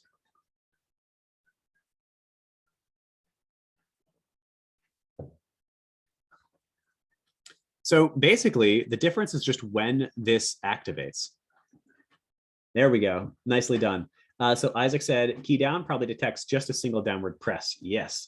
Key up when you're done pressing the key. Yep. Key down when you're done pressing. And get key is just pressing. You have nailed it. No, actually, Lobo, that was entirely correct. So when you get key up is the moment of releasing the key. So you could actually, for instance, do that for jump. If I did get key up for jump, I could click down and Mario would not jump. But then when I let go, Mario would jump. Get key down is the first moment the key gets pressed. Get key is every frame that this key is still pressed down. So instead of get key down for my left and right movement, I'm just going to do get key. And now when I hit play, if I hold the key, Mario will still get stuck. So this is probably still his friction. Let me mess with these variables here and turn his acceleration up to 30 and 40. It's always a little bit different. I'm gonna turn it up. Let's just try 100. This is when you're bug fixing, just go all the way in and see what happens. It's still behaving. Did I not save? Ah, another age-old bug. So look at my player controller here. We can see this little circle. It is not well indicated, but I made another rookie mistake. Sorry, y'all. Goodness. I forgot to save my file. So it actually still thinks that it's get key down, even though I changed the code. So make sure you save your script. Otherwise, Unity will not detect that you have saved your script. And therefore it still was thinking that it was get key down. Now, by the way, this is one of the examples of why it was nice that I didn't save anything. Our acceleration is still 20 and 30 and not 100, 100, which we were trying to do to fix it. So let's see, now we should have a Mario who can move off to the left. Hooray. All right. So once you have that working, we can do the exact same line of code. Copy that and paste that into here. Got to make sure that our get key is just get key and not get key down for the right arrow. And then we can reverse the vector. So instead of going -1, which is to the left, it's going to be a +1, which is to the right. There we go. And that should give us left and right movement. So if I come over here now, and I click play, we now have a Mario who can move left and right and also jump. Wow. All right. So another great check-in moment. Does everybody have any reason why it's not 0-1 rather than 1-0? Yeah, great question, Lobo. So the way that a vector works when we're declaring it in Unity, here, maybe a pen will work better. So here's a pen. This is an arrow in space, right? And this is my axis, x-axis, y-axis.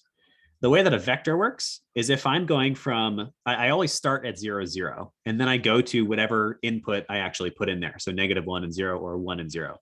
So if I start at 0, 0, so that's the butt of the pen, it goes there.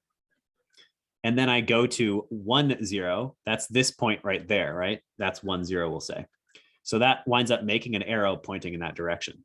If I did 0, 0, it would actually be pointing nowhere. If I do -1, 0, it points to the left over there. So hopefully that made it a little bit more clear. Okay, so we are thoroughly running out of time. That is okay though. It's sort of how this class goes. So what we're gonna do now, we have a Mario who drags himself around. What I very much recommend for the future, we're still gonna do 1 or 2 more things, don't worry. But what I very much recommend for the future is that you use my completed player controller, or at least take a look at it. So a couple of things that it has here is it tells the sprite render to flip left and right. So that'll actually turn Mario around. If we look at our sprite render, there's literally a checkbox here that allows us to flip Mario left and right. So you can add that to your game when you get a little bit more comfortable. And then it also plays sound effects, which you will need to add a audio source to Mario, which is another separate type of component, and then add a jump sound to Mario. So those are 2 things for you to do later and try to figure out on your own. I will send you this recording and I'll send you another recording for you to check out so that you can get some of the stuff that we aren't covering here today. 2 hours is tough to get a whole heck of a lot of stuff done. But let's make this game a little bit more complete, and we're going to use existing scripts to do so that we can do it quickly. So first of all, we notice that when we have Mario sliding his little butt around, he pretty quickly goes off the camera. We can't see him anymore. So in order to fix that, we can add a special script that I wrote for you to the camera. So click on your main camera, go down to Hello World, click Add Component. Just go down to the bottom of it. Not important that it's Hello World. Go down to the bottom of your main camera, click Add Component, and search for Follower. The follower basically makes this game object, in this case the camera, follow another game object, which is whatever game object you drop into this followed transform. So what game object are we probably about to drop into the followed transform?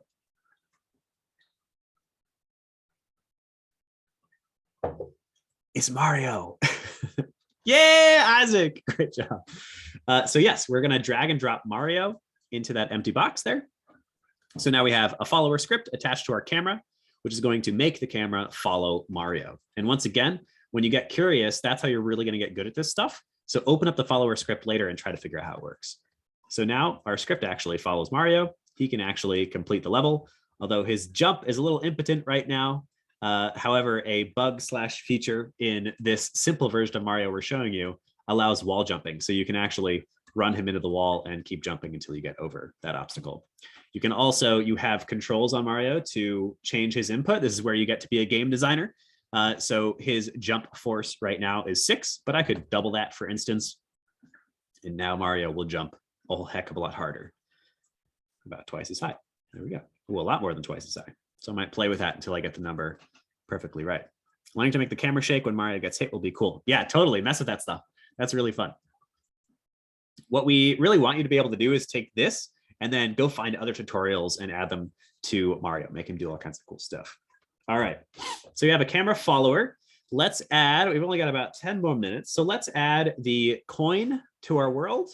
And then we'll add we'll see if we can do the enemy. We'll add the coin and then the flag to win the game. And then the enemy if we have a moment.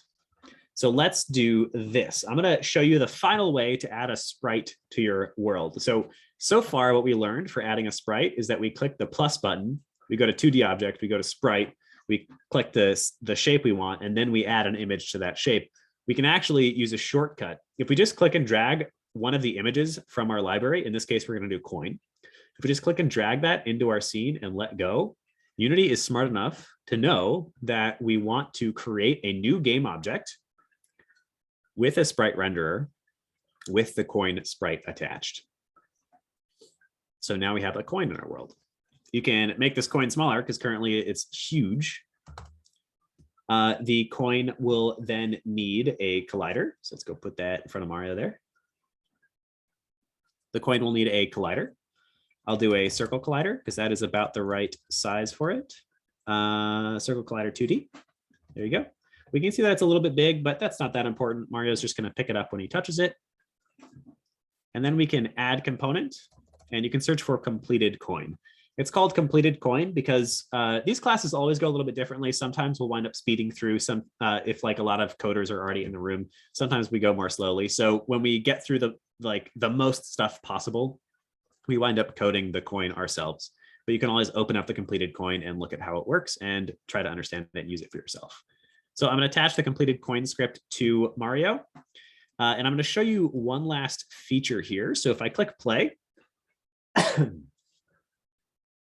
and then while my game is running, if I run into the coin, it's not working very well. Oh, crap, I fell off the level. He's not picking up the coin. So this is something that maybe I would have asked you guys to tell me, why you think this is happening, but I'll just tell you. Basically, colliders are allowed to be a collider, which means they actually run into stuff, or they're allowed to be what's called a trigger. And you can see if I click on the coin, there's a is trigger checkbox. If I click that, and then I click play, the is trigger checkbox, Mario will run into the coin and actually pick it up. And then you can see in the console, it actually tells you that a coin got collected. So the difference between a trigger and a collider is the actual collision. So a trigger basically still knows that it got touched, but it doesn't actually collide. So if I got my pen again, if this was a trigger, I would be able to stick my finger straight through it. If it was a collider, I would get stopped by the pen. The reason that triggers are useful is because we can know that a collision happened without actually preventing somebody from walking through it or moving through it. A really common way that gets used in the gaming world is like an invisible doorway into a boss room. If we're playing Ocarina of Time and we go in to fight Goma, the very first boss in the Deku Tree, and we walk through the doorway and then the cutscene happens, the way that game knew that a cutscene should happen now is because there was a trigger in that doorway, something that detected that Link touched it without actually stopping him from going through the doorway. So that's the difference between a trigger and a collider. And our coin script assumes that the coin is a trigger, which is why it didn't work when it was a regular collider. And then the very last thing we will add before we close out for the day is our flag. So I'm going to do the same little trick. I'm going to click and drag the flag sprite into our world. I don't know why it's doing that crazy glitchy thing. That's bonkers. Looks like it works just fine once I let go. We now have a flag, which I can then make a little bit smaller. And by the way, if you hold shift, just like many other things with the rect tool, if you hold shift when you make it smaller, it will keep it the same aspect ratio. So now we got a flag in our world. If we attach to this flag, this might actually break things. Let's find out. If we attach to the flag the completed flag script, and then we add component collider, which in this case, probably a box collider, only it's a little bit wide, so I might mess around with the size, but that's up to you. This is the fast fire round of the lecture, showing you a lot of things you can potentially add to your game. I don't recall, I can always check. I believe the flag also wants to be a trigger. The way that I know that, if I look at my completed flag script, this is an on trigger enter. If it expected it to be a collider, it would say on collision enter instead of on trigger enter. So the flag also wants to be a trigger. So I'm going to click on my flag. I'm going to go to the box collider. I'm going to go to is trigger, and I'm going to turn that on. And now when I click play, I can move Mario and jump him up to the flag. And then we can see that the game says it was 1. Okay, so we definitely rushed there at the end. I'm going to give you a couple of more things that you can add to your game. So remember that in the resources folder, there's this handout. The handout covers sort of the gist of what we talked about today, and you'll be able to use it to understand some of the stuff that we glossed over. It also gives you, so for instance, the UI. We didn't wind up talking about UI. It also gives you some challenges. So if you want, you can try to add a new level to your game. You can add some sound effects. You can add a score. They get a little bit harder as you go. And then I also recommend that you do game jams and come and hang out in our community if you so desire. I guess before I say anything else, does anybody have questions before I kind of close this up for the day?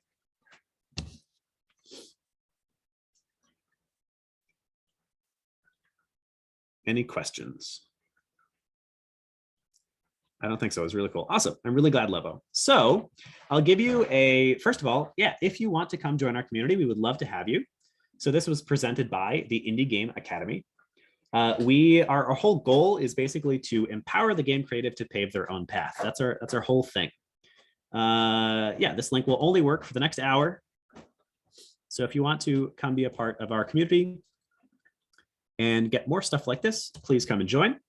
The Indie Game Academy is all about getting people to create their own games. We have a 3-step, 3-level sort of program system. This is what we consider level 0. This is like the absolute most intro. I'm so glad that it was easy for you, Isaac. Definitely come and hang out and take some more of our classes. So this is what we call level 0, what we just did today, which is like total intro, just enough for you to kind of get over the hump and hopefully start making your own games. We also have a program that's just $50. That's a recorded class with 17 lectures and all kinds of other goodies, like a specific dedicated place in the Discord and some other stuff like that, that teaches you how to make your own version of Peggle. And it goes way more in depth on pretty much everything we covered today. And then we have 2 live classes, level 2, which is coming up in March, which is an in-depth platformer where you're actually going to work with an online professor who works in the game industry. This time around, it's actually going to be me. So if you like learning with me, you can do that with me. And you'll make your own platformer over the course of a month. And then our big program is what we call IGA level 3, which is this like insane, this is like crazy sort of, imagine like Hogwarts online. It's 3 months long. You get sorted into a wizarding house cleric, house ranger, house warrior, and house rogue. And then you work with that team of 3 to 5 people over the course of 3 months to come up with an original game concept and then publish and monetize that game. You basically run your own indie game studio. You get taught by myself as well as 6 other industry professionals. It's this crazy like mini GDC experience. So come and check those out. If any of those classes sound interesting to you, you are more than welcome to schedule a call with me through this link here. And yeah, that's about it. Experience level Isaac. So if you are uncertain if that feels about right for you, I recommend you just schedule a call and we'll kind of talk about it. For level 3, we're usually expecting that you're like a 3 or a 4 out of 10 in your game development experience. Our primary sort of like offer is that we're teaching you how to run a game studio and how to work in the game like design space or industry. So we, most of these people don't have a job yet or haven't had a job yet. I'm getting some in my throat. So if you have made a game before, you're probably good. Okay. So come join us on Discord. Check out those classes. You can also head to our website if you want. And otherwise, thanks for learning today, guys. I'm going to go drink some water. Goodness. All right. Goodbye, everybody. And I'll be sending out of course, I'll be sending out a version of this recording so that you can follow up. I'll also send out another version of this recording for some stuff that you might have missed. All right. Goodbye, everybody. Take care. Hope to see you in the Discord. I hope that you come and check out some of our programs and maybe join us in our higher level classes. Bye-bye.